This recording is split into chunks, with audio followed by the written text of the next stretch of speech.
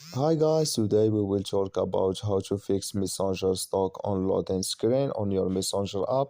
All you have to do, you just click here on settings, then it's going to take you to next window here, and you just go down here, then you click here on apps, then it's going to take you to apps window, and all you have to do, you just go down here to looking for Messenger app.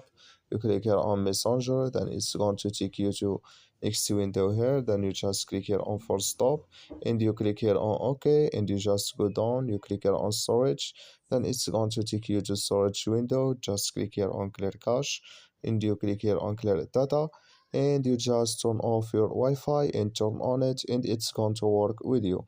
So that's all you have to do to fix that problem you have on your Messenger app. Just follow these ways and it's going to work with you. Thank you for your watching.